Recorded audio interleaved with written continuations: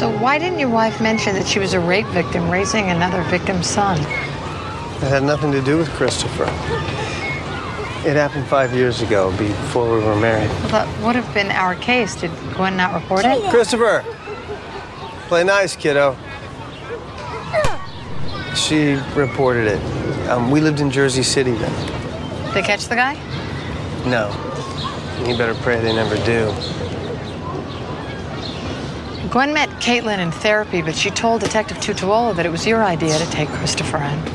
It was. Gwen told me that Caitlin was having a rough time raising him, and she should have known better. I like to fix things. That's how Gwen and I got together. After she was attacked, I went over there to fix her locks, look in on her. We fell in love.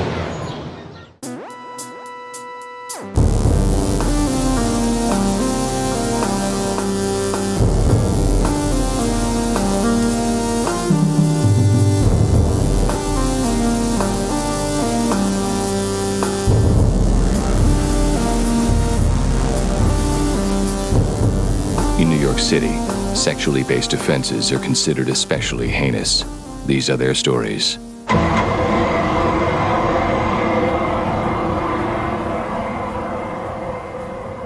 Hey guys, welcome to Munch My Benson. My name is Adam. I've been in a extremely wet New York City. It's been raining for like 24 hours straight and supposed to rain for the next 24 hours going forward. So I got that to look forward to.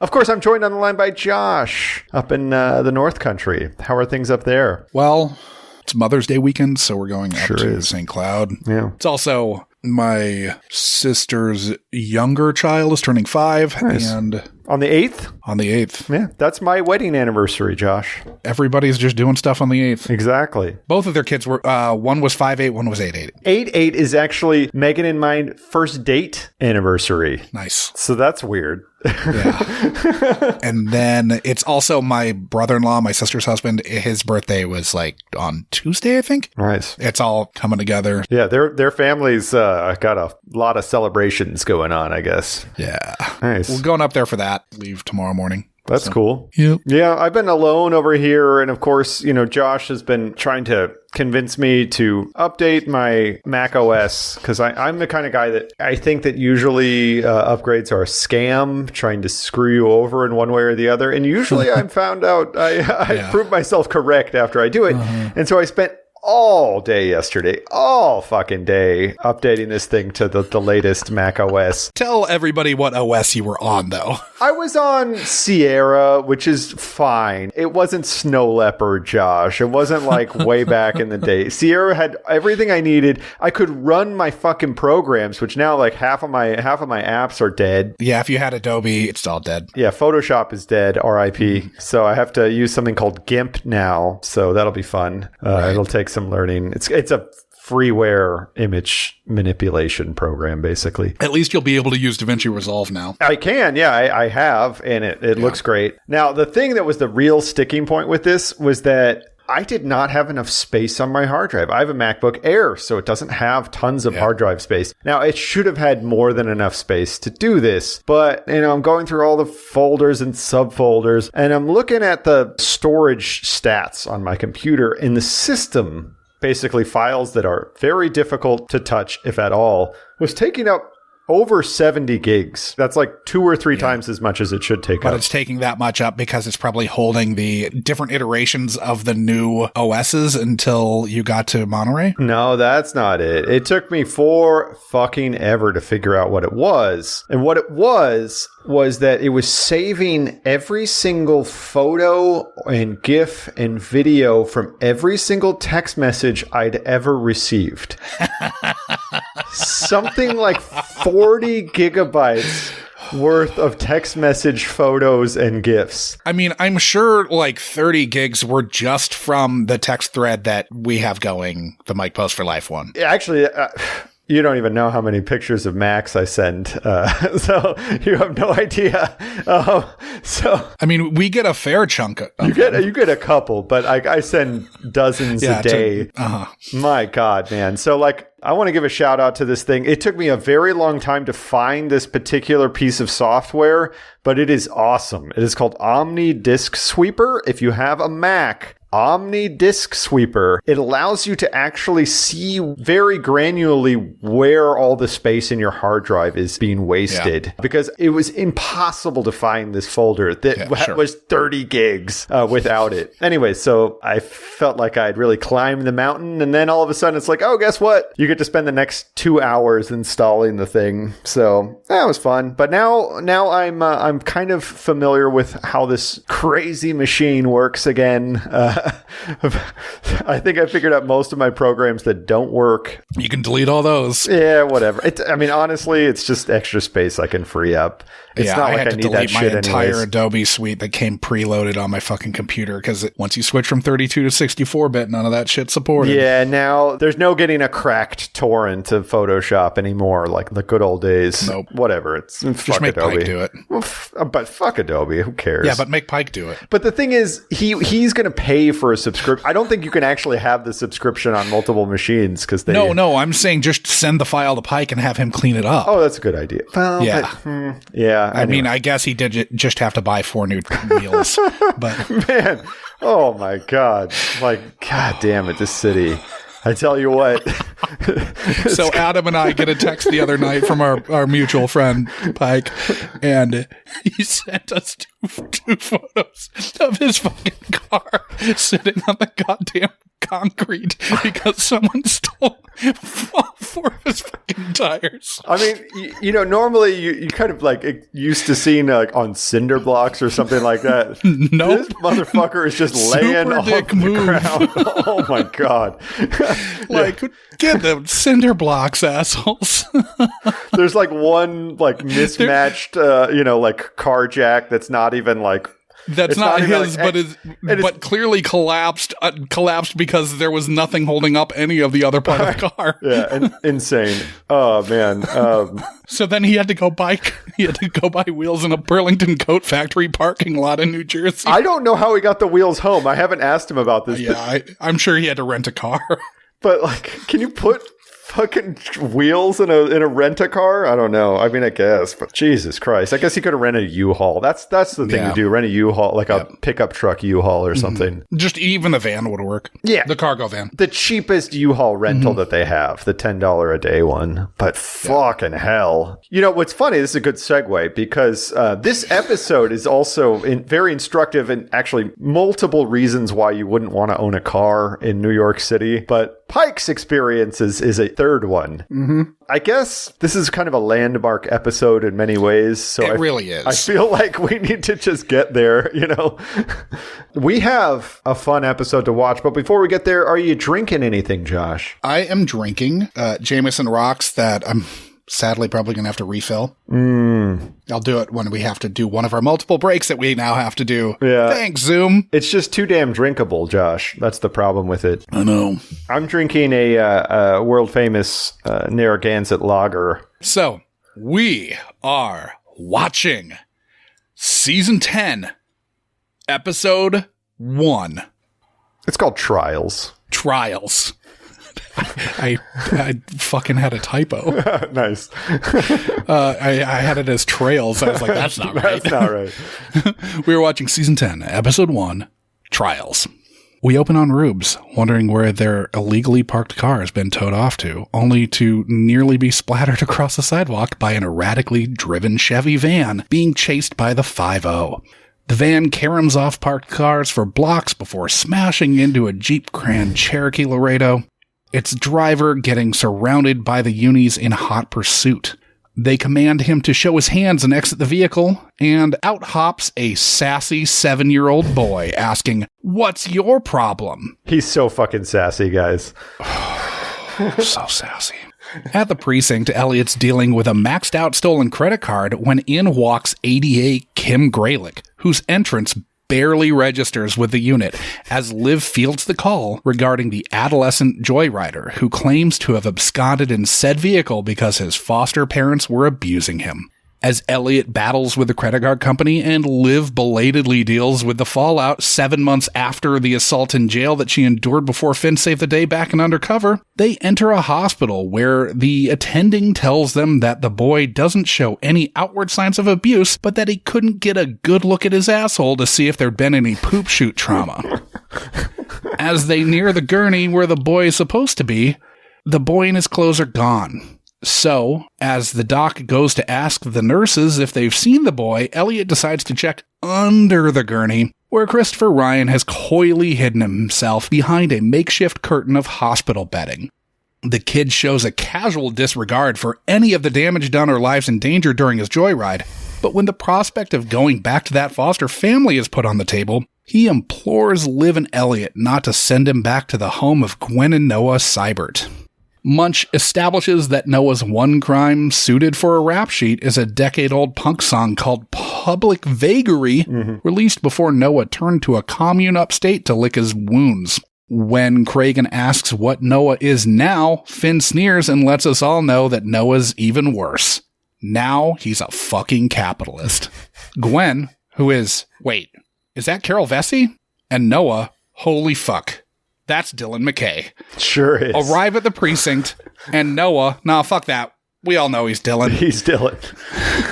Is calm and collected, just glad that no one's been hurt. But, quote, Gwen is seriously concerned that they just poured a bunch of money into converting this wrecked late model van to run off biodiesel. As the unit tries to pry the couple apart to deal with the mountains of paperwork they insist Christopher's joyride has created, Gwen immediately shows as the fragile wife who very much wants her husband in the room, while Dylan grabs the wheel for the pair of them, stating that his wife gave up her career to stay home with Christopher, who came to them supremely damaged.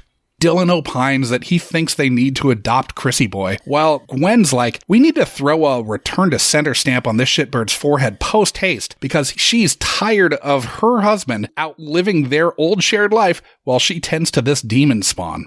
After hulking out over only getting to drink half a soda, Christopher concocts a story of a hotel pimping scene in which Gwen takes him to a special place where he strips down and gets down to business with a promise of junk food afterward. But the Lydia Hotel where he says this is all going on got shut down months ago.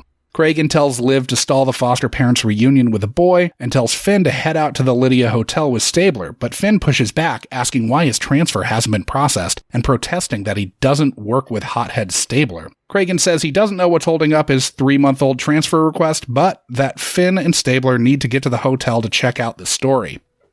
Tootler wander into the Lydia, where some weird drug testing operation is up and running in the dodgiest location known to man. Stabler wants to get an eager Greylick to subpoena Christopher's medical records from the testing facility, expecting that he'll be able to brush her off immediately, but she insists on tagging along whether he wants her to or not. Of course, it's immediately discovered that he's just on experimental ADHD medication for Christopher's pre-existing condition. As they send him off with the Seiberts, Liv hands her card to Christopher, telling him to call if he feels unsafe again. Then Christopher's caseworker brings his file to the precinct, where Liv discovers that his biological mother is Caitlin Ryan, a rape victim from an old case of hers. And Caitlin? Oh, it's Darlene from Roseanne. Exactly. Darlene is a fucking mess, never getting over her assault, which a freshly traumatized Benson can absolutely understand. Darlene is suffering from some serious rape trauma syndrome, telling Liv that nothing, not even her survivor support group, has helped and that she simply can't take care of her child anymore. In fact, the only thing the support group was able to help with was finding another home for Christopher with one of the other rape victims in the group. Gwen fucking Seibert. Dylan tells Liv that taking in Christopher was his idea and that he and Gwen fell in love while he helped her put her life back together in the wake of her attack 5 years earlier in Jersey City. As the unit laments Darlene initially failing to disclose that she had a son or that he was in the apartment when the rape occurred, they tie her rape to a string of other rapes of single mothers who the masked serial rapist accused of being bad moms while attacking them. As they try to find a common thread among the spread-out victims, Finn remembers that they'd been eyeing up a bartender for one of the other Vics, and the bar is just up the street from Darlene's apartment. As Munch tries to get Finn to open up a bar together to marry themselves in business, the bartender emerges and says he don't bone no broads with kids. And Emily rules out his voice, suggesting that it was probably the guy from a single mother dating site who stood her up a week prior to the attack, whom the unit had been unable to find. Darlene says she too was stood up on a coffee date sourced from the same dating site. As Bensler interview the third victim, who doesn't fuck with dating sites, Elliot sees clothing from the Seibert's Haute Couture green clothing line on one of the racks in her store, which can only mean one thing. Dylan McKay, Gen X teen heartthrob, is a motherfucking serial rapist, literally, and he's raising the child of one of his victims. Dylan scoffs at the notion that the use of his old bandmate's common name on the dating profiles could somehow be him. And then Stabler suggests, why not do a voice lineup? Darlene IDs Dylan's voice, but the other two victims can't make him, so Graylick cuts him loose, telling an incensed Liv that they best bring in the fourth victim and hope she also IDs Dylan to actually be able to make the case. Gwen comes at Darlene after the lineups, the latter unaware that Dylan was her rapist until Gwen's blow-up. The Seiberts try to leave with Christopher only to be told to piss off and that the caseworker's en route to deal with the boy.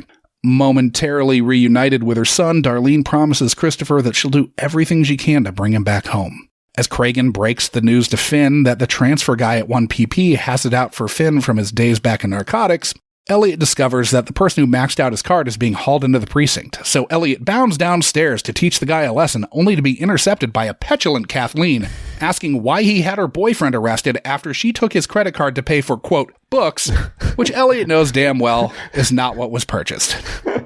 Liv gets the file on the fourth victim, who won't be able to ID Dylan's voice because she moved back to Iowa and killed herself. As Liv laments the death of a victim for whom justice was not served while they could have seen it, Munch gets a call from the lab with a DNA hit from the wet kiss Dylan laid on Christopher's cheek as they parted ways. The victim on this CODIS hit? Gwen, his fucking wife. As Elliot and Olivia haul off Dylan, Gwen doesn't believe they could possibly be arresting her rapist. Looking him in the eyes, she begs him to tell Olivia and her that he didn't do it. His response? She needs to say that she filed a false police report and that they had consensual sex. Ouch. Yeesh. She then asks a question she's slowly realizing is the absolute truth. You're telling me that I married my own rapist? He tells her that he loved her, and this was the only way that she ended up noticing him. She delivers a swift knee to Dylan's dong. Graylick pleads him out, using the specter of pursuing a hate crimes conviction against him to get him to take the statutory maximum sentence. Graylick asks an indifferent unit where they're going to grab drinks, only to look around and see no Olivia. Liv has gone off to a doctor to discuss her attack in prison, which has haunted her as more time has passed, and we get a, if you thought this was trauma, Liv, just wait to see what Warren Light has in store for you, Dick Wolf. We've definitely been inhabiting Liv's therapy sessions a lot recently. Yep.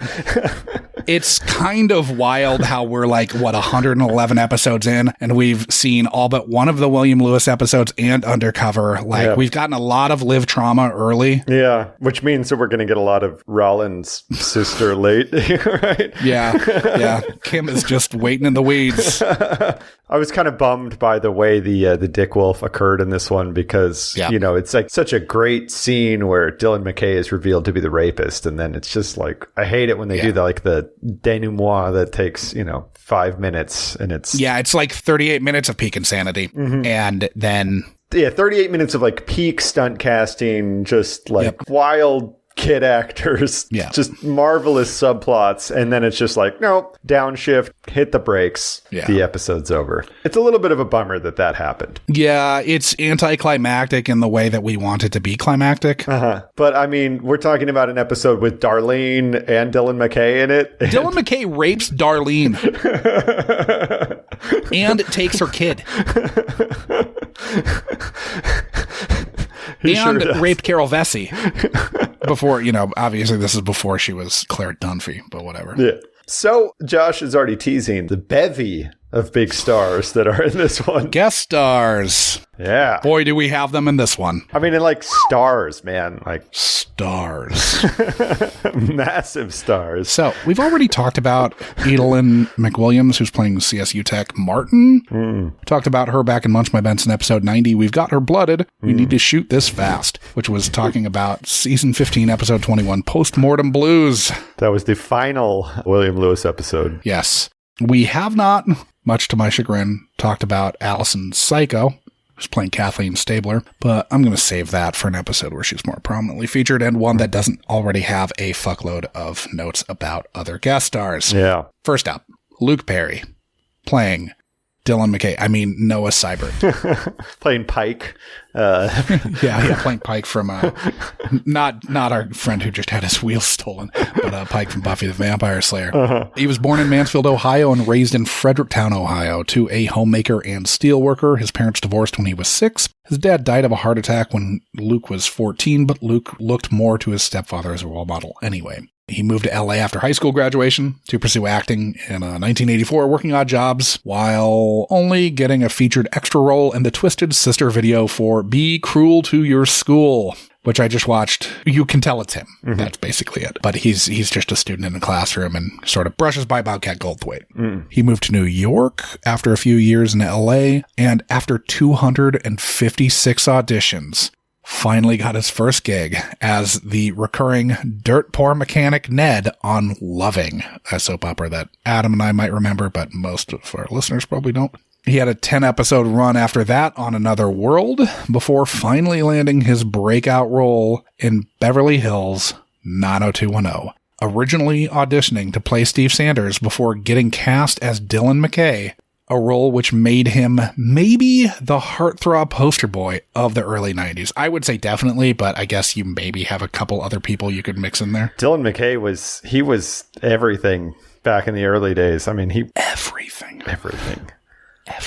At least on television. You know, there's like obviously film heartthrobs, but I don't know if anybody, captured quite the zeitgeist like Dylan McKay did. No, I mean, I probably would have done him as a kid. When you were 11 years old? 11 when it came out. After moonlighting in films with parts in Buffy the Vampire Slayer, Terminal Bliss, and 8 Seconds, Perry opted to leave 90210 after season 6 to try to play more adult roles. Of course, he chose to leave 90210 back when TV actors did not make the transition to film actors with ease. No. Look at how long it took George Clooney, and George Clooney has undeniable star power. Yep. He basically just did a few forgettable mid-90s crime indies and had a small role in The Fifth Element before returning to 90210 after 2 seasons away in a more limited special guest star capacity, playing out the string from 1998 until the end of the show in, 2000 or so. After 90210, he did a 10-episode run on Oz, starred in the post-apocalyptic Showtime series Jeremiah for 2 seasons, which he starred alongside Malcolm Jamal Warner, co-starred in the short-lived ensemble network drama Windfall, and was main cast in the David Milch Jesus as a Surfer HBO drama John from Cincinnati, before taking this part in SVU to fully shed the skin of Dylan McKay. For the 8 years that followed this, he basically spent his days going from minor film role to guest spot on a TV show to starring in the occasional Hallmark TV movie until landing in Riverdale, where he played Archie's dad until suffering a massive ischemic stroke at his Sherman Oaks home on February 27th, 2019. He had another stroke a few days later, and his family decided to remove him from life support on March 4th, 2019, where he died at the age of 52. It's young, man. Yeah, it is. He was survived by his fiancée, Wendy Madison Bauer, and his 2 children, Jack and Sophie, who were children by his first wife, Rachel Minnie Sharp. The last film he acted in was Once Upon a Time in Mexico, which was released the summer after. Sorry, Hollywood. Once Upon a Time in Hollywood. Yeah, totally different. Yeah, very different movies. Once Upon a Time in Hollywood, which was released the summer after his death. Next up, Julie Bowen. She's playing Gwen Seibert. She's born in Baltimore, Maryland, to a commercial real estate developer, John Lutkemeyer Jr., and his wife, Suzanne. She was the middle of 3 daughters, with her sisters being noted infectious disease specialist Annie Lutkemeyer and designer Molly Lutkemeyer. I know Annie Lutkemeyer was apparently someone who would do talking head shit for COVID. during COVID, Yeah. Julie Bowen grew up in suburban Ruxton, Riderwood, Maryland, first attending Calvert School, then Garrison Forest School, Roland Park Country School, and finally St. George's School in Middletown, Rhode Island. She majored in Italian Renaissance studies at Brown. If you need to know what kind of background she comes from, because you're not doing anything with that. Spending her junior year in Florence. In college, she performed in Guys and Dolls, Stage Door, and Lemon Sky, and landed the lead role in an indie film, 5 Spot Jewel. She went on to study acting at the Actors Institute. Her first big role was as the love interest in Happy Gilmore, which eventually led to a 9-episode run on ER, and a main cast role in Lawyer in a small-town bowling alley dramedy, Ed, where she played the titular character's high school obsession/love interest, Carol Vecsey, for 4 seasons alongside Tom Cavanaugh, Michael Ian Black, Justin Long, and John Slattery. She then had a 5-episode recurring role in Lost, where Jack performed surgery on her and they eventually married through the flashbacks. She was main cast in Boston Legal for seasons 2 and 3 and was a guest star in season 5, appearing in a total of 50 episodes. She appeared in a season of Weeds right alongside this SVU guest spot, and then landed the role of Claire Dunphy in Modern Family, where she appeared in 250 episodes, directing 2 of them and earning 6 Emmy nominations and 2 Emmys for Outstanding Supporting Actress in a Comedy Series. That show's been on for so goddamn long. It's over now. Yeah, wow. Mercifully. Yeah. It's one of those things you can put on in the background. That's the only... I really dislike it. I don't. I've never really been into it, but I guess I've seen a little. I don't know. Anyway, you may have also seen her in the films Multiplicity. Thank you. An American Werewolf in Paris, Jumping the Broom, Horrible Bosses, Hubie Halloween, Conception, not Inception, Conception, and The Fallout. In November of 2021, her production company, Bowen and Sons, entered a first-look deal with Universal Television. She suffers from bradycardia and has worn a pacemaker since her early 20s. Interesting. That's a abnormally low heart rate. Yeah. She has 3 sons with her now ex-husband, real estate investor, and software developer, Scott Phillips. Next up, Sara Gilbert. Yeah. She's playing Caitlin Ryan. She was born in Santa Monica to Barbara Cohen-born Crane and Harold Abeles. Her maternal grandfather was the creator of The Honeymooners. She has 4 older half-siblings, 2 on each side. On her mother's side, her half-siblings are Melissa Gilbert and Jonathan Gilbert, stars of Little House on the Prairie. After a few TV movies and a Kool-Aid commercial, she landed the role of the sarcastic middle child, Darlene Conner, on the hit sitcom Roseanne when she was just 13. In season 4, she wrote the story for an episode. When she was 17 years old? Mm-hmm. Damn.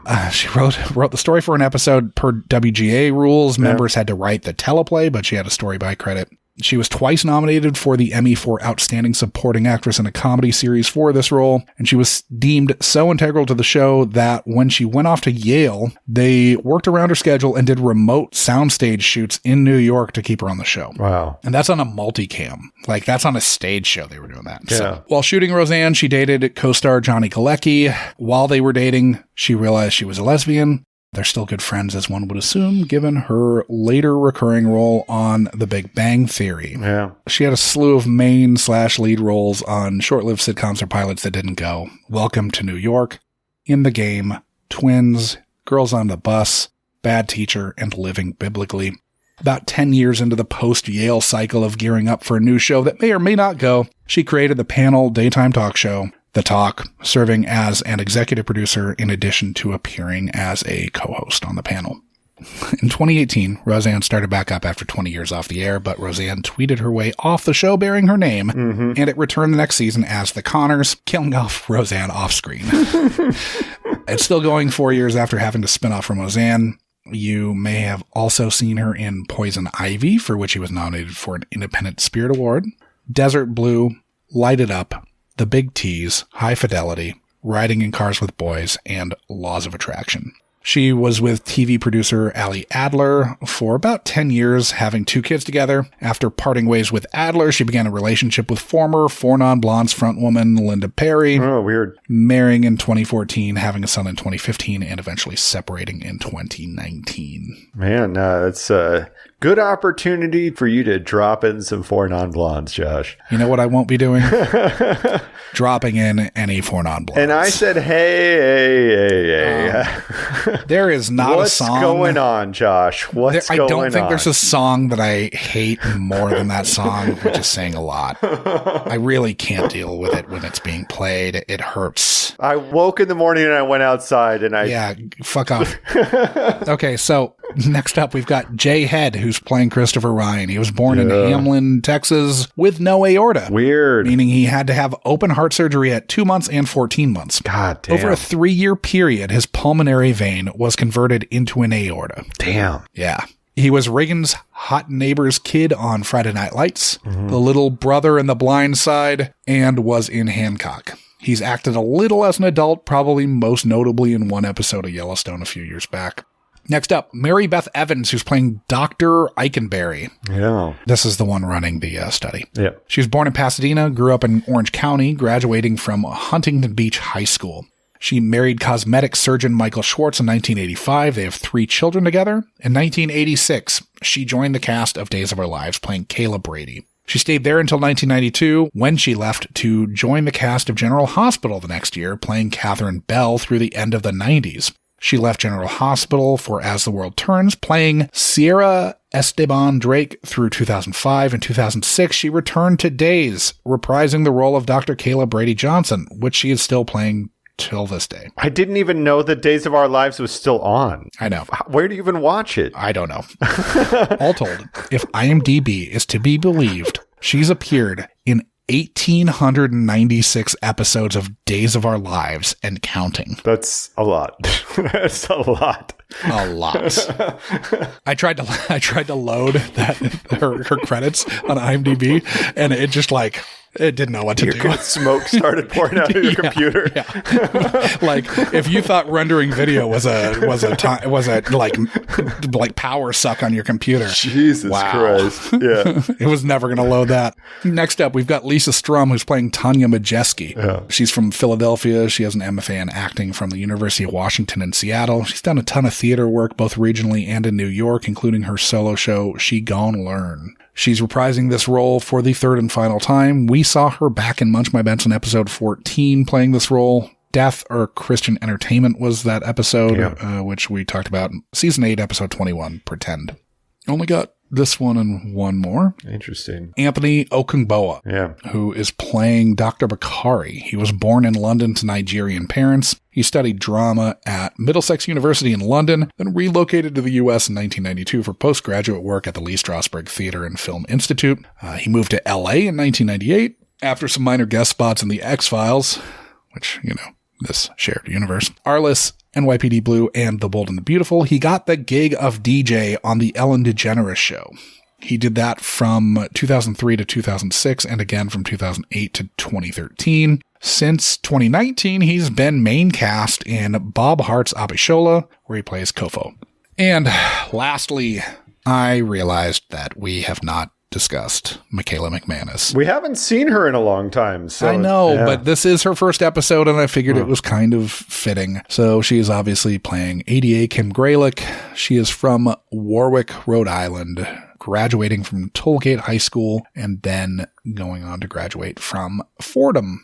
She attended NYU's graduate acting program before leaving to pursue her career in LA. She got her first break with a recurring role as Chad Michael Murray's love interest in season 5 and season 6 of One Tree Hill. Then the next season, she was main cast in SVU as Graylick. She was written out abruptly after 13 episodes, with Neil Baer telling TV Guide, "She's moved on. Sometimes the part and the actor just don't mesh. It was a mutual decision." Michaela stated that it was, quote, "really tricky. The character has a lot of brain power and her vocabulary is different than mine." Graylick was called back to DC by the Justice Department midway through a case. Major Poochie vibes there. with Cabot just waltzing into a crime scene to the unit's surprise. Can't wait till we get to that episode. That's going to be weird. After this, she had a recurring role on The Vampire Diaries, then was main cast in Awake, but was somehow credit only in 10 of the 13 episodes. I don't know how that works. I don't know how you're main cast. But you're only in 3 episodes. In a 13-episode series, and you're only in 3 of them. Oh, well. She was main cast in Aquarius and The Village and had recurring roles in SEAL Team, The Orville, and You. She's been in the films About 50, Cafe, Funeral Kings, Into the Grizzly Maze, Love Finds You in Valentine, and The Block Island Sound, which I believe just came out like last year and is on one of the streaming services. I think it's on Netflix. She's married to TV writer / producer Mike Daniels, who she looks to have met while working on One Tree Hill. They have at least one child. I feel like when they were doing the casting for Greylick, they definitely remembered we want a model to be the ADA a bit, but they forgot that they needed somebody that sounded convincing as a lawyer. It's not that I think Michaela McManus is a bad actress. She's just not a lawyer. Yeah. Anyways.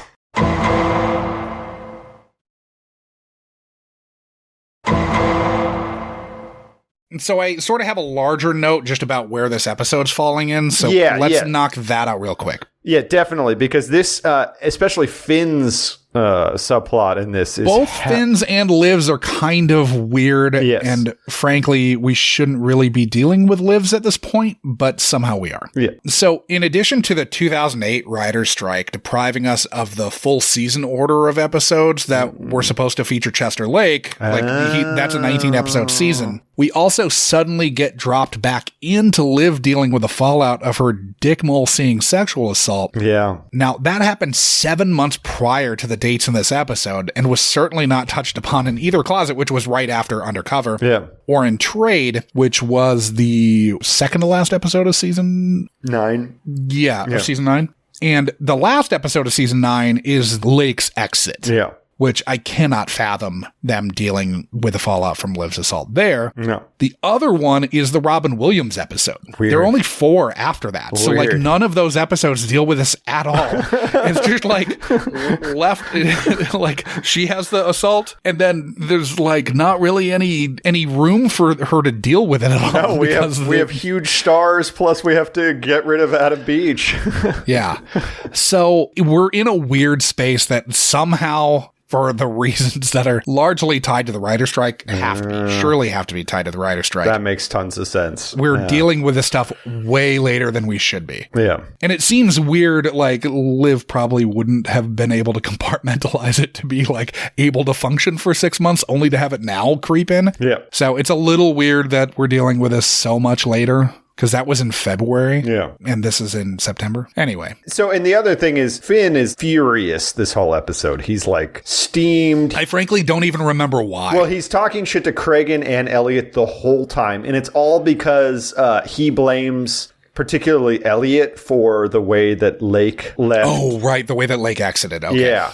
And so that all has to do with the last, I guess, with season 9, episode 19, which we haven't seen yet. But that's why Finn is so pissed off and why he's so desperate for an exit. I'm curious to see if we ever watch 10-2 or how soon we watch 10-2, if he drops it right away, because he is really pissed off in this one. It does not seem like the kind of guy you want watching your back if you're Elliot. Yeah, I love how when they pull up in front of the Hotel Lydia. Or Lydia Hotel, how abruptly he brakes. Yeah. Like he just slams on the brakes and he like gets out of the car and you can tell he's like taking it out right there and he's pissed. And he's actually driving too, so. Yeah, there's a few times where he's like, you need to make any other calls, Elliot? Stuff like that. Yeah, it's pretty funny. But yeah, that did need to come out of the way. But the cold open and the bar are really the two things that I'm focused on primarily.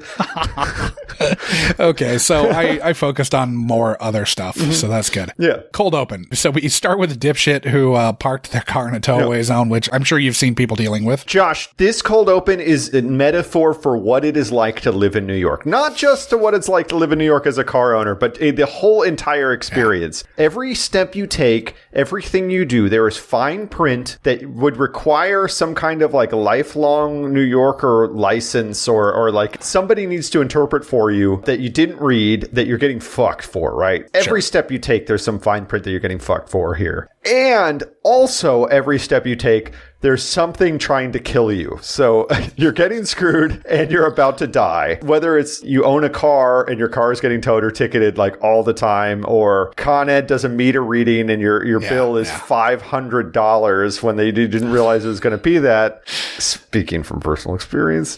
There's just all this shit going on that's trying to fuck you over. And there's a truck that's trying to blow through the crosswalk while there's like 20 people in the middle of the crosswalk. And it's like, come on, fucking man. Anyways, that is the experience here. Everything about owning a car here is a pain in the ass. Either you will get a ticket every day or your 8-year-old foster child will steal it and drive it into literally every car that he can. And I gotta say, man, like, what kind of stunts budget did they have for season 10? Did they just blow it all right here? I mean... So the dipshit who parked the car in the towaway zone is a stuntman. Yeah, I saw that. And so is the cop who pulls them over. Okay, right so, on. Like, I know they've both been driving stuntmen, so they're obviously the stuntmen in the 2-car chase. Yeah. And then, obviously, the one sort of on camera having to dive out of the way, so the cop is behind the wheel of the van. At that point, the van windows are pretty tinted, so... Still, they played bumper cars with, I don't know, at least like 3 or 4 other cars. Oh, though. yeah. they did and those are just parked cars. Those aren't even picture cars that they were hitting. Yeah. That's just life in New York. You know, one day you're going to get your car smashed by SVU. Yeah. Or somebody... like, that was on Pike's fucking block, Josh. It's a quiet residential block. It's not the hood, and somebody stole 4 wheels off of that shit. Oh my god, unbelievable. Okay, so when the cops jump out, right, none of them look like cops, really. So you have 3 cops jump out. One's a stuntman. One's a stuntman. He's kind of like a tousled, lazy-looking dude look is what I would call him. That's the guy, the one who's speaking into the microphone. Then you've got another guy who has that, like, I'm a professional background actor hair. And then you've got a woman who looks like a stoned young Miriam Adelson. And none of them look like they... I mean, whoever is getting out of the driver's seat of any of the cars, those are stunt people. Yeah. So those are all stunt people, and then the others are just extras. So what happens when like Finn's driving, when Ice-T's driving for short bits? Well, it's possible that they had that on a... It's possible they had that on a trailer. I don't remember seeing the tires at all without a cut. Yeah, I'd have to go back and look. That's interesting. But yeah, it's possible. I mean, it's possible he would have been driving it because they only show him driving for like 5 feet. Exactly. So it's possible he would have been driving, but it almost would never happen that you're looking at an actor driving a car, unless you're talking about, the noted stunt actors. Yeah, I worked on a small, like a student film kind of thing where the guy wanted to do like a scene with a car, and it was like, dude, we can't do this. This is not going to work. No. This is insanely dangerous to be driving around trying to shoot a movie. Anyways, so the kid makes a grand entrance. And he does. This kid is sassy AF. He's at 11 the entire time, except for when he's asking his caseworker for a hamburger. Yeah. Then he's turning on the charm. Or at the end, when he's got that little touching moment with Darlene, where he's I do love you, mommy. I want to note that we are going to call Darlene Darlene and Dylan Dylan. I don't know what their characters' names are. I didn't have to write the recap, so I didn't look that closely, but they're Darlene and Dylan. Yeah. I mean, sure. Caitlin and Noah, whatever. Yeah. Right before Greylick walks in, I think we're treated to Elliot's complaining about his credit card fees. Yeah. And I kind of wish we had more of these like Seinfeldian B plots because... See, I think this is just setting up what's going to happen with Kathleen in a couple episodes, though. Yeah, no, it didn't wrap up, which it would have been kind of more fun if it like neatly wrapped up, right? If like Finn needs to buy an armoire and Liv's having trouble getting her nails done. She needs the armoire is what ends up being able to tie Caitlin Ryan's apartment together. Exactly. I wish there was a little bit more of that. Where it all ends in a like Seinfeldian or Curb Your Enthusiasm way where all of the fucking plot lines. All the plot lines end at the same together at the Yeah, exactly. So like, the armoire that Finn bought is actually solving the case somehow. Or I guess it's going to be at the fucking psychiatrist's office that lives out in the very end, which is an unsatisfying button. So this kind of got me going on a sidetrack. So you have Elliot's credit cards. Munch talks about the bar that he wants to open. Really want that to happen. I know, but I thought about this. Besides a few of these little notes, we don't know anything about any of the characters on SVU, Josh. We don't know anything about their hobbies. We know that Elliot's home life is a mess. I guess we kind of know about Rollins' hobbies, but do we know about any of the other characters' hobbies? Well, because Rollins' hobbies get her in Dutch with a fucking mom. And how? Anyways, I just was thinking about... Liv is into the plein air painters. Yeah, Liv is into the plein air painters, and she's into dating men that are like intellectually beneath her. Cassidy's into golfing at fucking frisbee golf courses. Cassidy's into like lighting entire parking lots full of cars on fire, stuff like that. Yeah. What else? Cragen's into AA meetings, and maybe the rodeo because he's got that cowboy hat. Absolutely. Well, and Munch is just into communism. Well, we know what Munch is into. He's into like progressively larger anal plugs. Yeah, there's that, which is cool. Different strokes. So Greylick really wants to drink with these people. And they don't want to drink with her, man. No, it's kind of saying something unintentionally, of course, that no one gives a fuck that Greylick is even there. Can I help you? First of all, apologies. I know you were expecting me last week, but I got held up in D.C. on personal business. Long story. Tell you all about it over drinks sometime after we all get to know each other better. Great, who are you? Kim Greylick, lateral move from the Office of Violence Against Women. I'm your new ADA. Yeah, sorry. Detective Stable, Special Victims. Nice to meet you all. Yes? But it is indicative of the path she's going to walk down on the show, where she's met with utter indifference and then is poochied off to D.C. Oh my God, poor thing. Yeah. Okay, so Dylan goes neo-punk to neo-hippie to capitalist, which is kind of a sad statement, but kind of indicative of what the entire boomer generation did. Not neo-punk, but hippie to... Yeah. I mean, I guess... hippie to greedy capitalist. Dylan McKay's He's younger. Yeah, he's more Gen X, even though he's a little old for the Gen X. And like the very beginning of Gen X, but like at the point where like really he's in that weird post-boomer micro generation. Yeah, just like we're in the weird post-Gen X micro generation. Yeah. But yeah, it's the same kind of thing. There's a lot of advice in this episode, just a little aside, because I think you skipped over the hospital scene where they found the little boy. Oh, yeah, very much so. I didn't want to talk about that. You didn't want to talk about... I talked about it in the recap. Yeah. About how rectal exam. The boy wouldn't let him look at his butthole. Yeah, but there's just so much advice given in this episode, because in this scene, it really made me think about it, because Elliot's basically giving Liv advice on how you deal with a bratty kid in this scene. And we've already seen Elliot give us advice on how to deal with a stolen credit card. We've seen some advice on how to avoid parking tickets. That's learn what the signs mean. Or have a badge. Yeah, it will. Because Finn absolutely parks right in front of the Hyden at the Lydia Hotel. Oh, Josh, if you want to get fucking irate about cops parking, I'll take some day trips to where the precincts are and show you how they park their cars. It's fucking like madness. It's outrageous. It's utter disrespect for the fucking people they're supposed to work for. So apparently sometime around Perry's death, there's a person in the background of an episode wearing a Public Vagary shirt. Really? In one of the episodes of SVU. That's cool. Which is a nice nod. Yeah. But who wears a t-shirt of a band that had one song?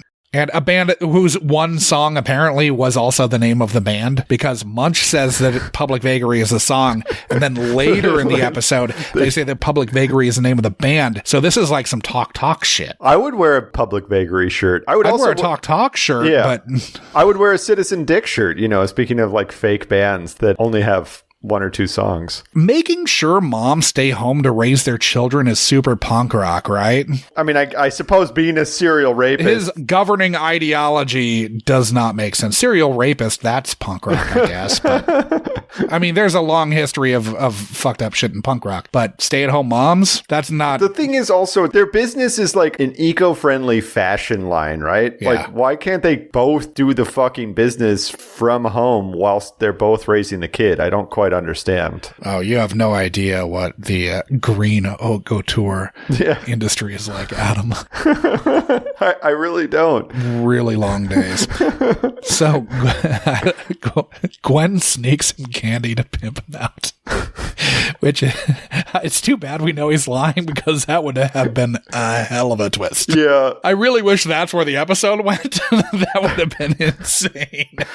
Pimping out a 7-year-old for candy. Really, the kid had a lot of like great kind of little episodes that could have been made about him, but this Lydia Hotel thing is kind of a like, since when are rundown flop houses used as medical testing facilities? Like, it's just bad shit. Like, no, there's plenty of bullshit office space off in the suburbs. Yes. Yeah, you go out into Jersey or something. I don't know. You go someplace like completely boring and bland, and it's linoleum floors and false ceilings and fucking fluorescent lights. That's where you get tested for that shit. So Pincushion Guy, he gets a lot of screen time, and he's not an under 5 at all. No. But he's got to be kind of bummed, because he's basically just doing an exposition dump on medical trials. You can't like use that for your reel, can you? Nah. I mean, like his first little bid where he's like, man, this sucks, because we're not even really making the big bucks. Yeah, we're not getting any pain out of this. There's not even any bad side effects from this drug.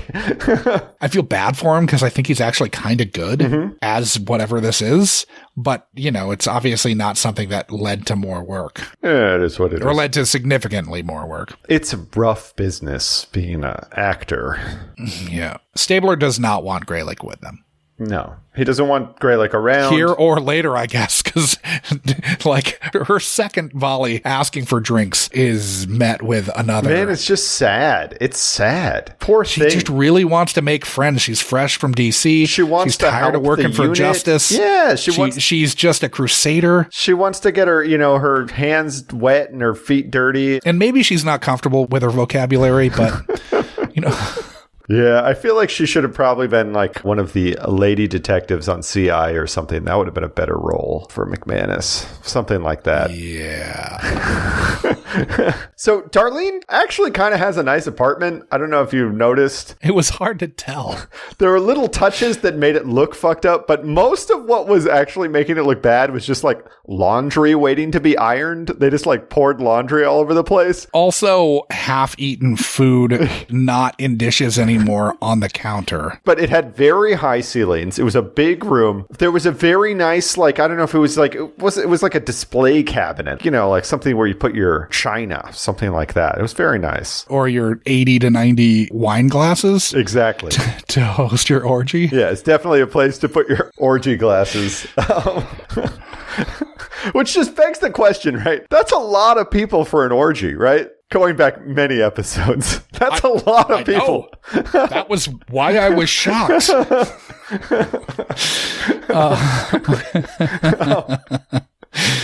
All right. So the episode needs the undercover flashback because it's been so fucking long since undercover happened. Yeah. Right before this, I am glad that Christopher really boned the Cyberts with an elevator ride with all the stops. I did. I like that a lot. That's awesome. Yeah. Now, here's a little advice to you guys. If you ever have a little boy in an elevator and he asks to hit the buttons, he's asking to hit all of the buttons. So when you say yes, he's going to do it. So you hit the buttons and you hold him away from the buttons. That's your game plan there, guys. So Caitlin Ryan is a second I, so hers is spelled Caitlyn,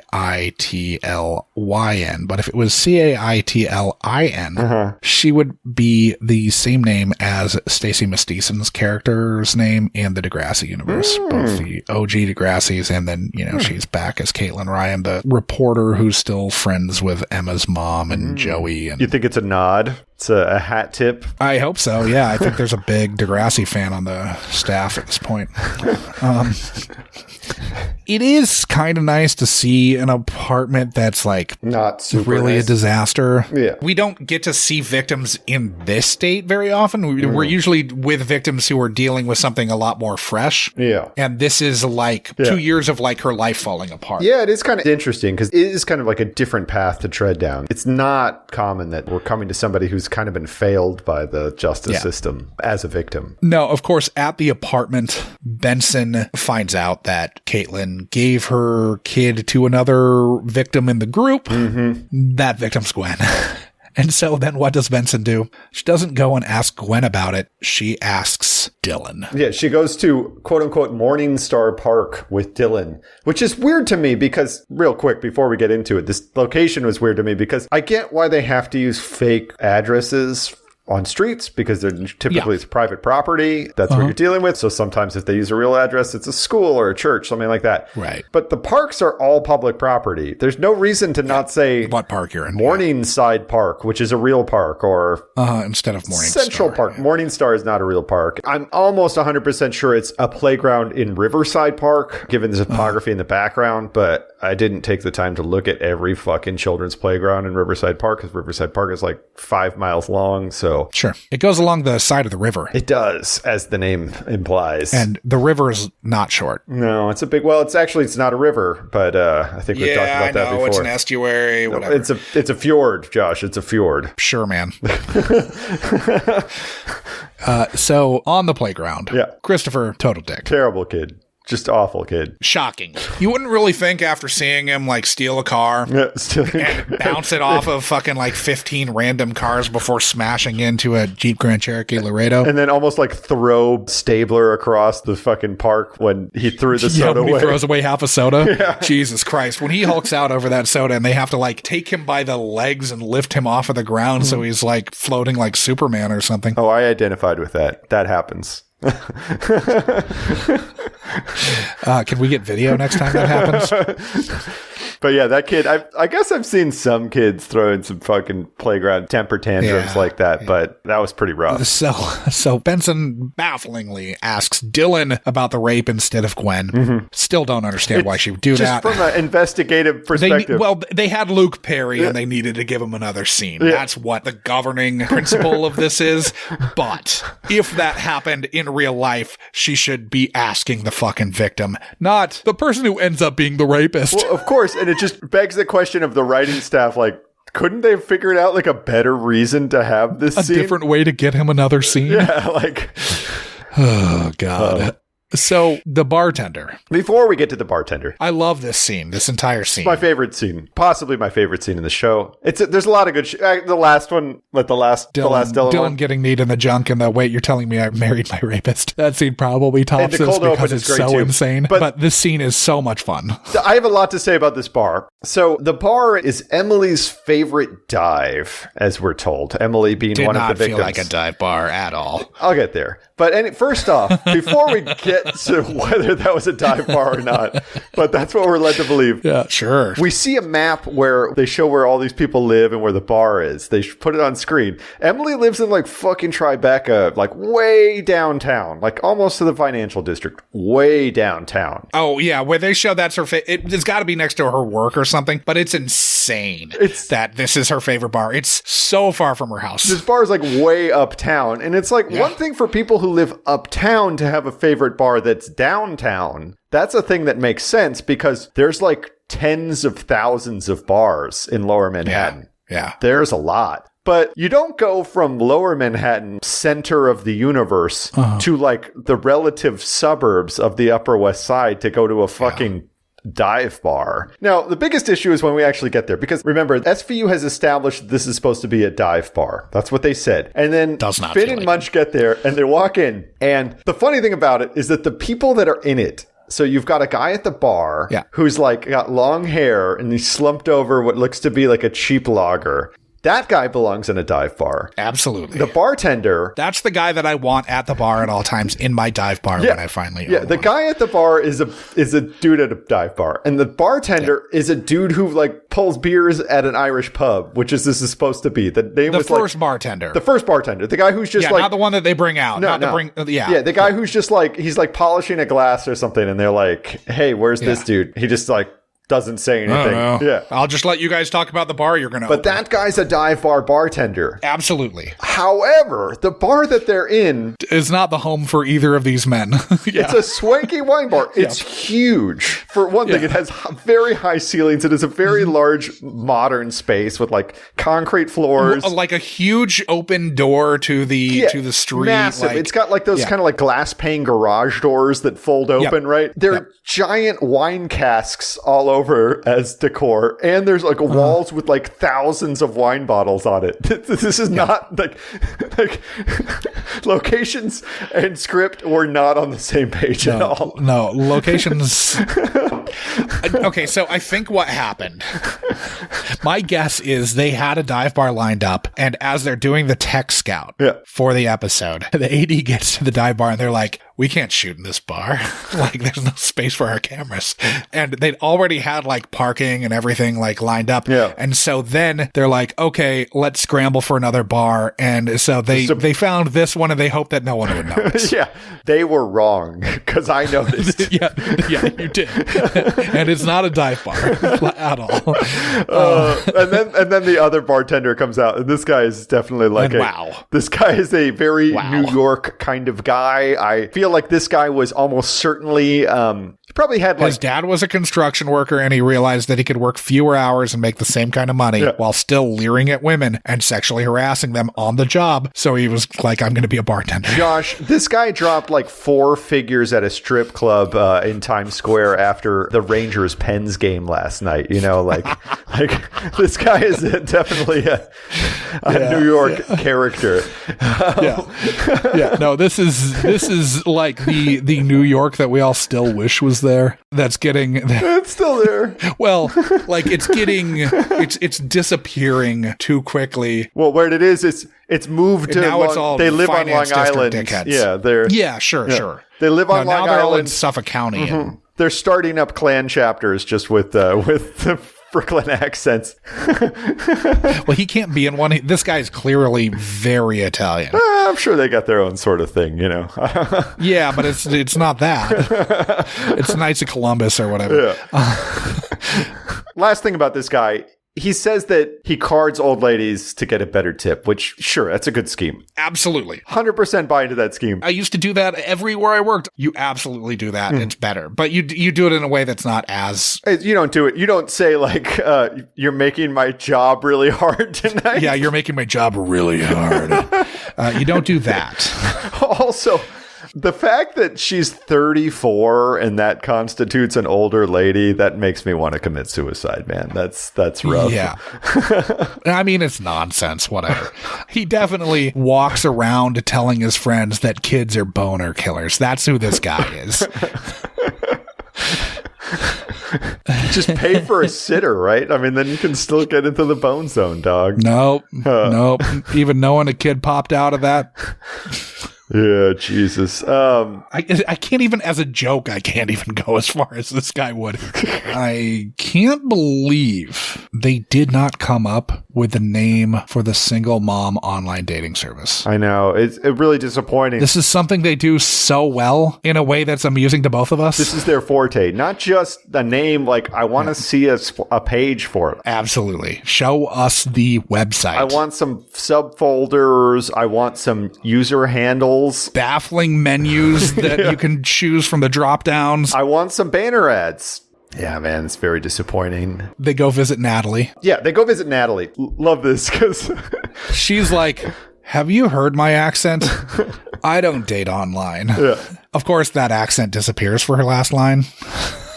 I'm not lying to you. I've never done online dating. Natalie, it's just very important. It could help us catch a rapist. I've been hounding you for 2 years. With every humiliating detail I remember, why wouldn't I tell you that? What about chat rooms? Or anyone you've met with the last name of Jones? Not we've got a situation in the dressing rooms.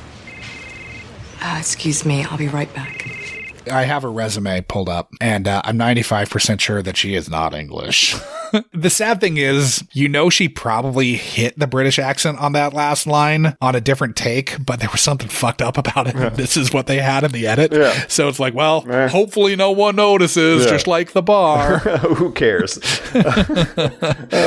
Yeah, man. Why did they need to make her English? I didn't quite understand that. So there's a prompt in this clothing boutique. The clothing boutique it's a strange store, first off. I don't even understand really what's going on there. It feels like it's not actually a store, but kind of is. Both times I watched it, I was like, is this like an office? What is this? Is this... Yeah, where's point of sales? Is this backstage of a fashion show? That's what I thought it was for a minute, too. And then... But then it's there's too much floor on the other side of it for it to be that. And then, but yeah, in the back right, when we see the shot of Natalie, when we're talking to Natalie and we see her behind her to the right, it looks kind of like a store. Sure. There's like more racks. And then screen left, there's that racks with Dylan McKay's line on it. But the thing that really piques my interest with this scene is the line that the other clerk says to her. Her assistant, I think. Yeah. She says, Nat, we've got a situation in these dressing rooms. Yeah. And it's like Pizza Boy from the other episode. I think it was last week's episode.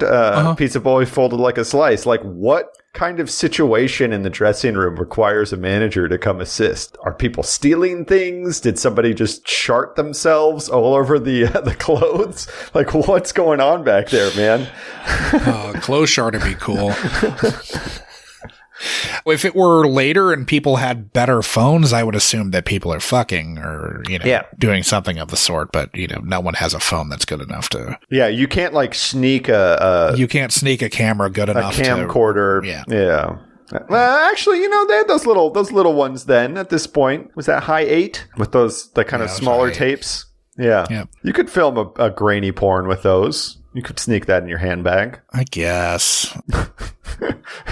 To what end? It would just be hard to get a good angle, I think. I think that would be one of the biggest issues. You need to have one of those, like, alone tripods, you can, like, hook it over the top. Yeah.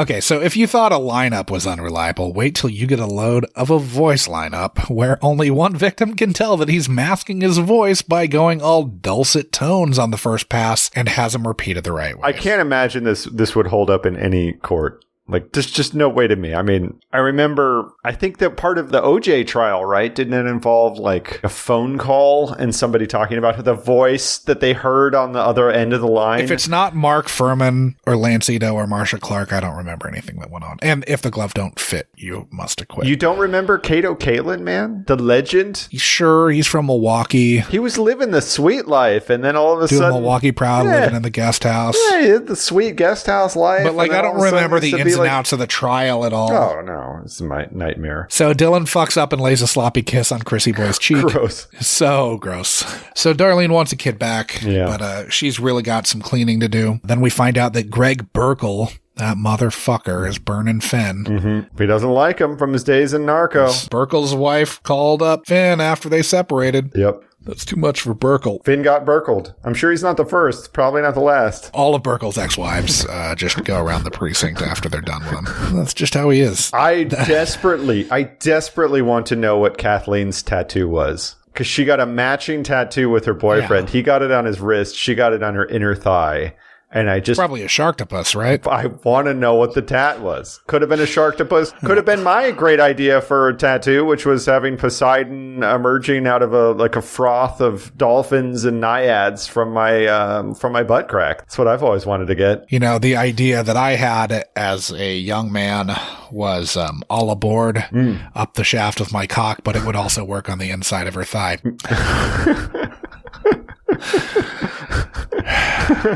Okay, I really wish we got a Munch, Finn, and Sober Craig and open up a bar spinoff show. That would be so much fun, man.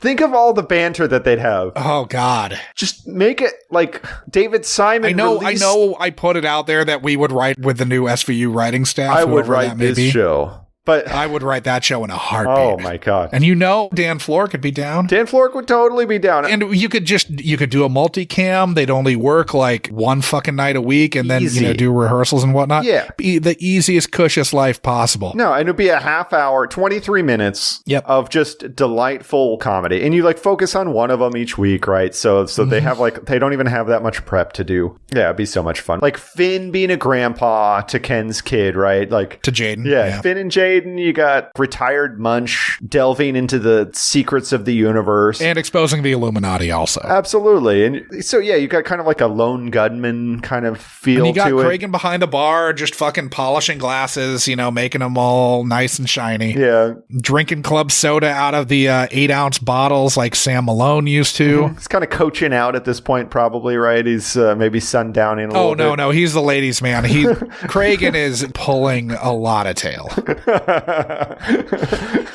I mean, as he does. The ladies love the big bald bosses. They do.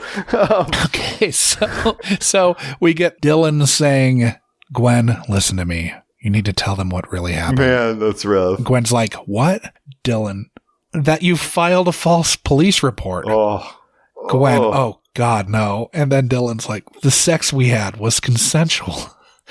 Damn. You're watching that happen and you're like, this is the most disgusting thing I've ever seen you do, Dylan. You've betrayed everything that I believed in. You've really shaken my life to its core. Yeah. You've broken so many hearts of the ladies on screen, and now you've broken America's heart, dude. And God damn it, Dylan. God damn it. It sucks. And then he gets kneed in the junk. Yep. And then we get Greylick saying what her cause celeb is, and then no one will have drinks with her. Yeah, nobody cares. They're all like, you're annoying. And then Finn goes to see not Bill Irwin. I mean, Liv goes to see not Bill Irwin. Finn actually went to see Bill Irwin. Probably. They just hung out. Yeah. I just want to see how quickly Finn's just a willing member of the team after this, because he was not happy this whole time. Yeah, he is seething through this whole episode. It kind of made it a fun one.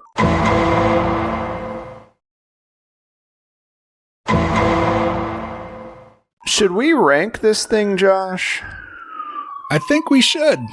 All right. So, of course, guys, we rank these episodes every week. We have a rigorous 4-part process, which we go through. We rank the overall quality of the episode, the guests therein, how problematic the episode was, and the depth and breadth of lives ruined. Now, this is like a classic stunt casting episode, right? But I'm really curious to see how we're going to rank it against last week's, which was another all-time great stunt casting episode. I'm just excited to get to it. So should we start with the overall quality? Yeah. So it's fun throughout, right? Yeah. You got the sassy kid. You've got stunts in the cold open. You've got Darlene. You've got Finn and Munch trying to open up a bar. Finn and Munch are trying to open a bar. You've got Elliot dealing with weird personal life stuff that is absurd. It would be tedious normally, but it's kind of funny to watch. Uh-huh. You're seeing Finn really begrudgingly have to work with Stabler. Yeah. You've seen everybody not give give zero fucks about Greylick entering the picture.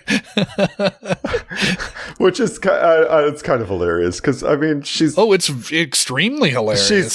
She's obviously stunningly beautiful, right? And so the idea that they're just no, I don't want to get drinks with you is hilarious. Why would I drink with you? You're too attractive.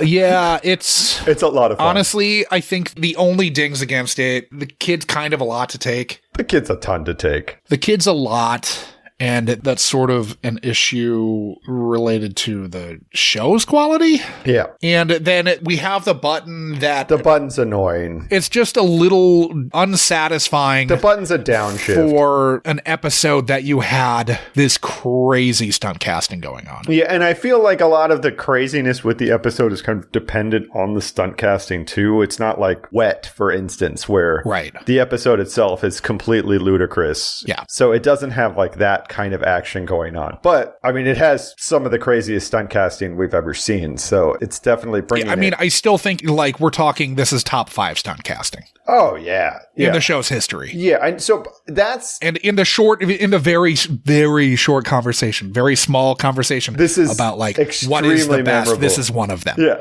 Dylan McKay Rapist. I think this was the Dylan McKay Rapist. The first post of the original. It absolutely was. This thought. Was the genesis of all of this bullshit. Yeah, I think quality. So quality, though, that's the question. So guess. Yeah, is quality? I'm wavering between 9 and 10. Let's look. Okay, so Possessed, obviously a 10. Wet was a 10. Futility, that's Kevin Arnold as a power reassurance rapist.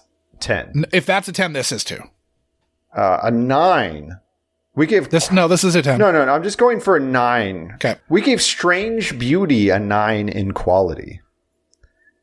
And I don't know what we were thinking when we did that, because I feel like Strange Beauty might be the craziest one we've seen. I mean, I think we can give this one a 10. I feel completely justified. This one actually gets dinged later on. It's not Possessed. It's not the perfect episode.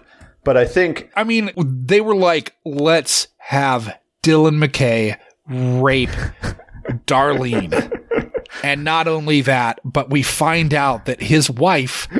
He also raped her before they got together. Yeah. Like, it's nuts. And you're just like, that's a wow, great premise. Tip of the cap. That's a great premise. Yeah. And I mean, really just bringing together really the yin and the yang of 90s television. I mean, they come together in a firm handshake here, which... America's heartthrob. Yeah.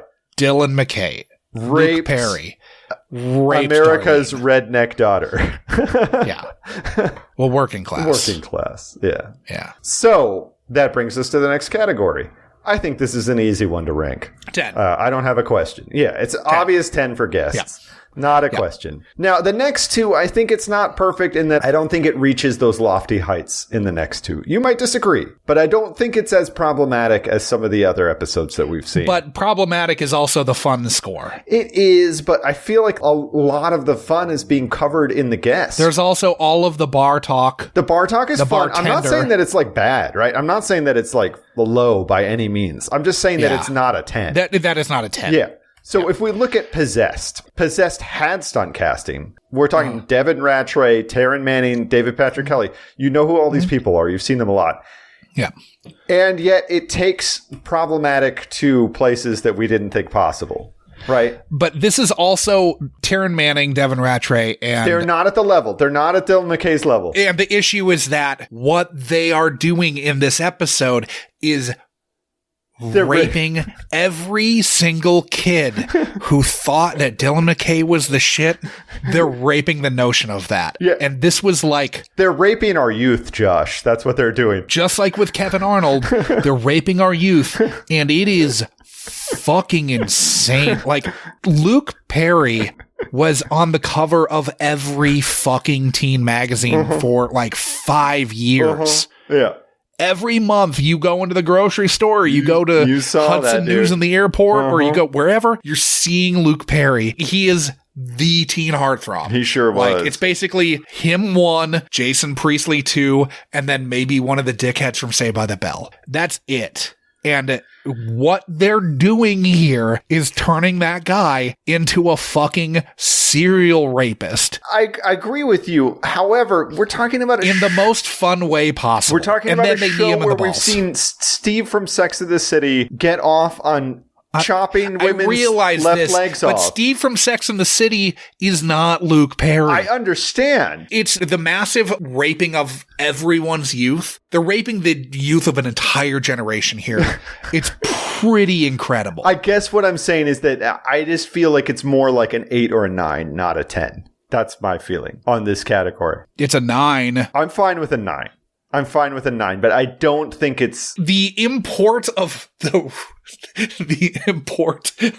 raping of the audience's youth is impossible to like. It's almost unquantifiable. I mean, there is another episode where this is going to come into play in a big way. Yeah, I know. And I know what one you're talking about, and I can't wait to hit it. I can't wait. But that's what the. So, are you comfortable with a 9 in this category? That's my question. I want us to be on the same page when we rank these things. I mean, honestly, I think because of what they're doing, I think it's a 10.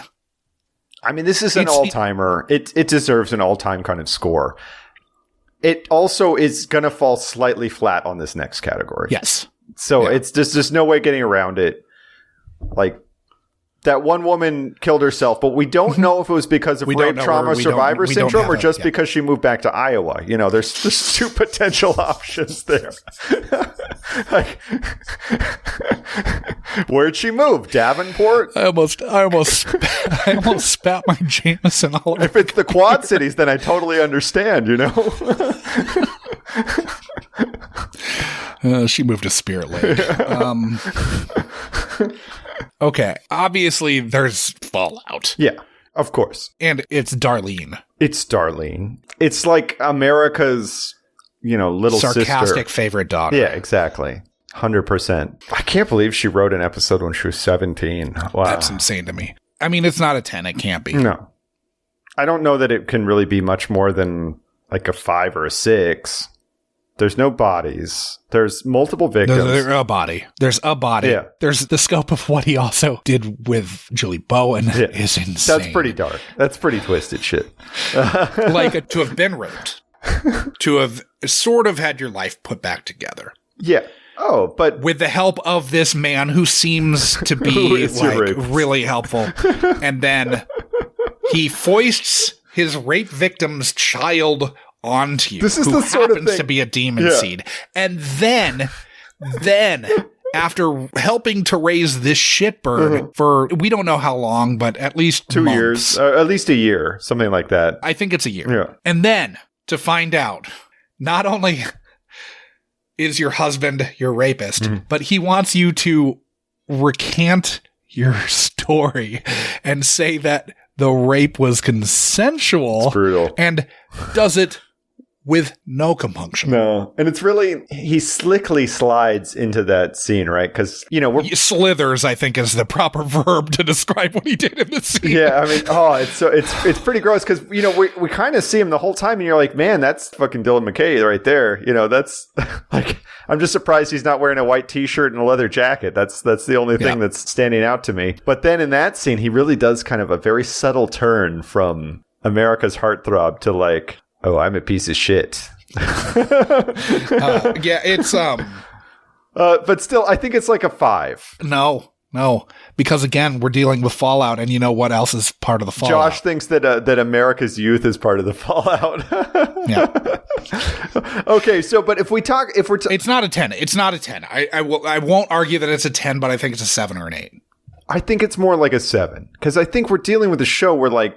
We give let's look at the last 7. Yeah, but we're dealing with a show that doesn't have the chance to rape America's youth like they do in this episode, and they really fucking stick the landing. Yes. So let me go back to like generations of like because it's not just Gen X, it's also millennials who like sort of. All right, man. All right. Okay, I'm going to stop you right there. It can't be an 8 because we gave. The Jeremy Irons totem, the second Jeremy Irons episode, we gave that There's one. only 2 victims. Well, there are 3 victims in that. There's 1 body. Yeah, there's but more victims here. They were being raped by spoons for like 25 years. Yeah, but none of them were Darlene. I suppose, but ugh. I mean, I'm not saying. What was that? What's that? That was an 8? That was an 8.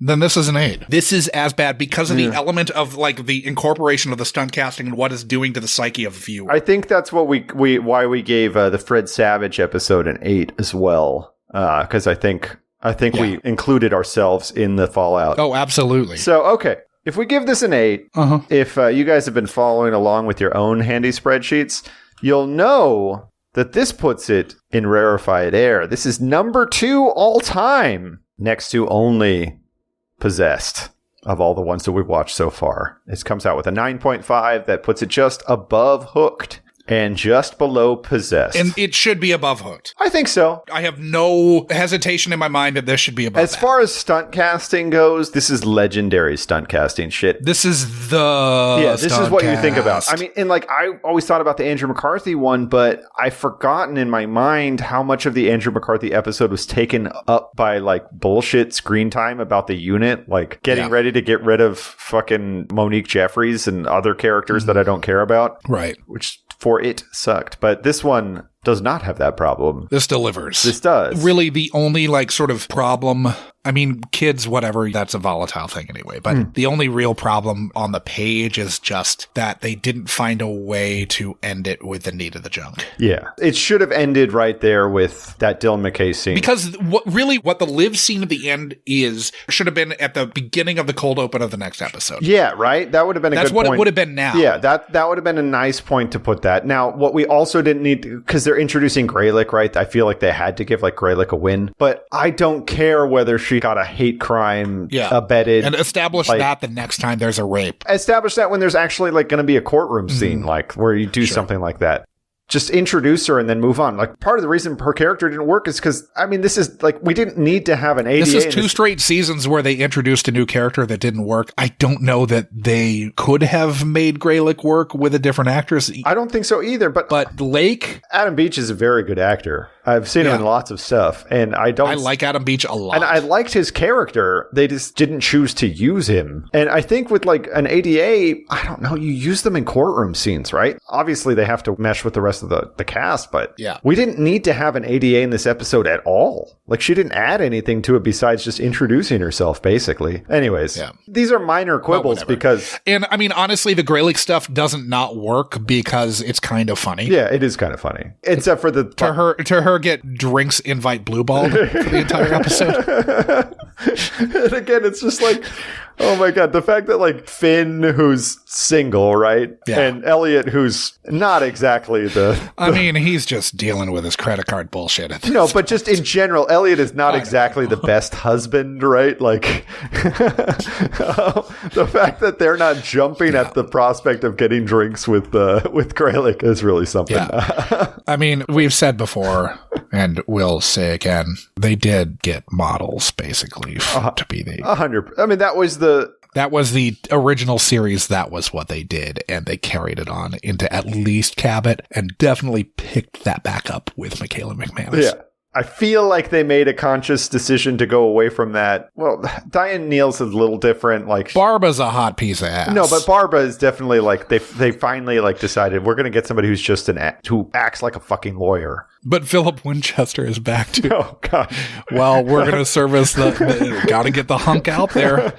Got to get that piece of meat out to service the fans, if you know what I mean. Wardrobe, do not put a tie on that man. No. If you can have him have his shirt unbuttoned to his navel, make it happen. So obviously this is a really fun one. You have to watch this, especially if you're some kind of Zoomer kid that's somehow fallen into our bizarre podcast. It's not going to hit as hard for you as it would for people our age, but anybody who was watching TV in the early 90s, these are beloved characters. Anybody in their early to mid 30s and up is going to absolutely be holy shit, this episode. In 2022, nothing is there aren't cultural phenomenon the way that both Roseanne and 902 were. No. This is because this is still when it was a monoculture. Yeah. Everyone watched 90210. Everybody watched Roseanne. Both of those shows were absolutely massive. Massive hits. The amount of people watching these shows when they were on is incomprehensible in today's TV landscape. Do you remember the amount of people who watch The Walking Dead? Yeah.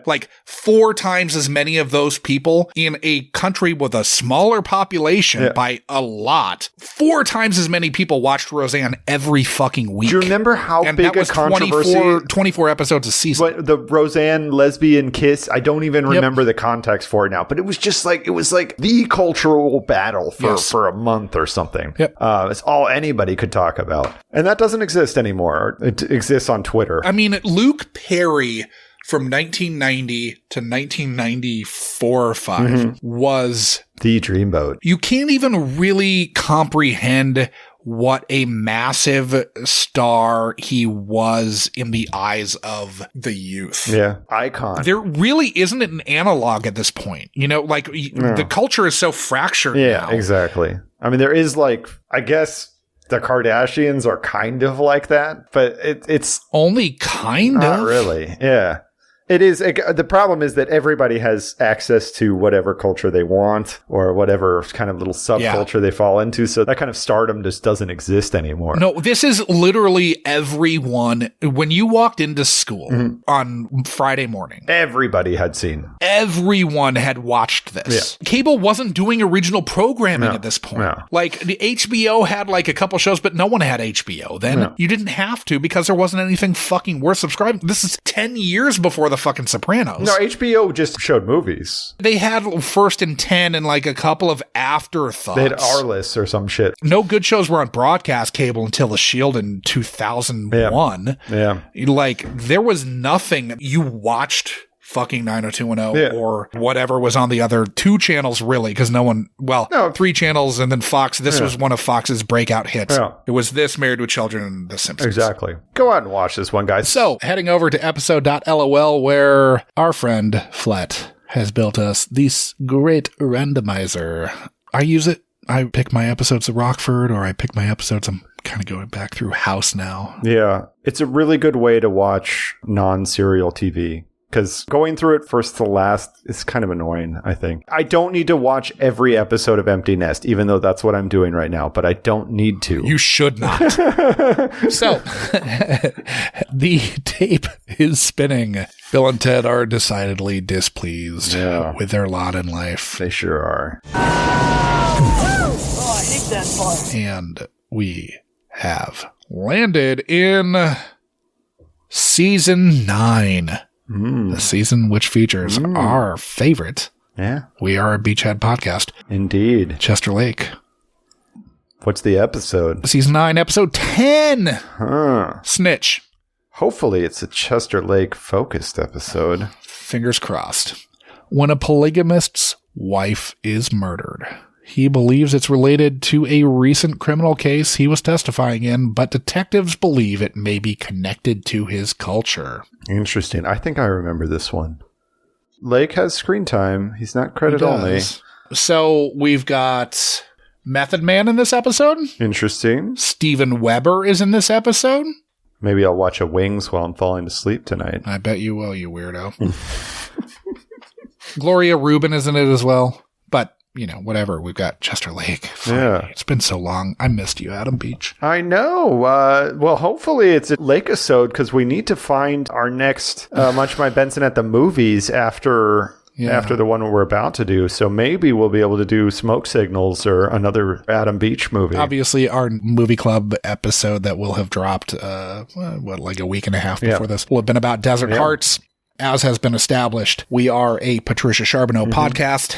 If Patricia Charbonneau and Adam Beach made a film together... Oh, God. We'd be in heaven. Yeah, absolutely. And it's Patricia Charbonneau with multiple episode director Helen Shaver, the two of them in a lesbian relationship. It's a beautiful movie. Adam has not seen it yet. No, I have not. I'm looking forward to it. Because we have not recorded that, even though when we're talking about this, it will have dropped because that's the way love goes. Exactly. That's the way editing this podcast goes. So... well, Josh, do you want to thank our patrons? Because we are extremely grateful. Of course, we have a Patreon. It's patreon.com/munchmybenson. There's some extra goodies there. You can watch video of the podcast if you want to see Josh and my haggard faces. If haggard you can get unedited versions, which will have a lot of extra content. If you want to have Josh looking askance at his wife as she gets home. Yeah, that definitely happened in this one. So praise be to Jeremy S., Jacqueline O., Pedro H., Amy Z., Emily L., Nikki B., Louise M., Whitney C., D. I don't want to butcher your last name, but you know who you are. Tony B., Zach B., Jessica W., and Barry W. You guys are awesome. Thank you. Yeah. You all make this more possible. Better. So thanks, patrons. Thanks, Munchies. It's not expensive to join. You can also, we have some merch available now. It's on Zazzle, but the links will be on all of the Munch My Benson stuff. So in the show notes and on our website, etc. At the moment, there's only a couple items for sale, but that's going to be growing as I figure out how to do image editing on my computer that I just upgraded. It'll grow just like the bartender's dick whenever he's not around a woman with child. Not around a mother. I guess he's not like Ted Cruz. He's not a MILF guy. So, so yeah. Ted Cruz isn't a MILF porn, people. And he accidentally, was it retweeted or liked? I think it was he liked something. But it was a, quote, staffer. Yeah, of course. It's always a staffer. Of course, you can find us on Twitter, Facebook, Instagram, at Munch My Benson. On Reddit, it's r/Munch My Benson. Our website is www.munchmybenson.com. Yeah, we didn't buy the .tv or the .xxx. .org. Yeah, we should have gotten .org. You can also email us directly if you'd like to. That's munchmybenson@gmail.com. We also will have recently been on Fuck My Work Life again, where we ran roughshod over the podcast. Yeah, we completely took over the podcast. I don't feel like Jay or Kay were able to speak because the two of us just spoke for like an hour and 20 minutes. I feel so bad for Kay for having to edit that mess of an episode. But I'm sure that Kay made us look better than we should have, because that was a fucking mess, and it was not their fault. That is out there. Please go listen. Please help them out. Hey, it was still fun, and it was. Oh no, it was fun, but it can't have been fun for them. I can't fathom how it was. Although we did end up talking about after. I don't know if you're still on the call afterwards, but Jay realized that we worked at Spider House and realized that Spider House has been like the subject of two weird, like haunted Austin podcast episodes that he's listened to, and I was like, oh yeah, we worked there. I remember when that fucking place almost burned down, and then it didn't, and I was so pissed. Wish it had. But guys, I think it's time to get out there and munch your youth, but with consent, okay?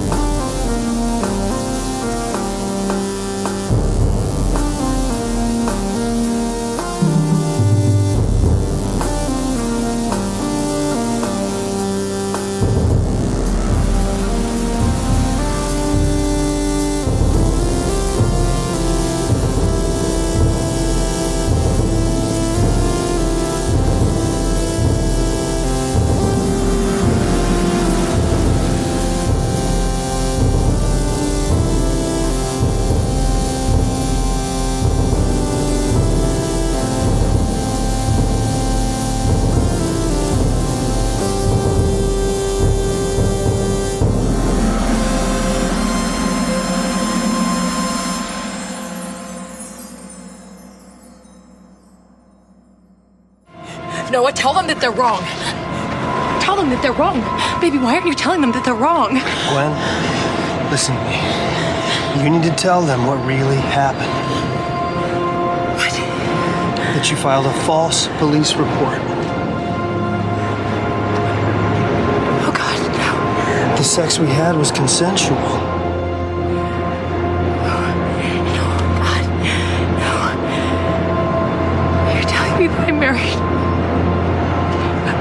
I married my own rapist. I loved you. You never had the time of day for me before that. It all turned out all right. I made you feel safe. You fell in love with me.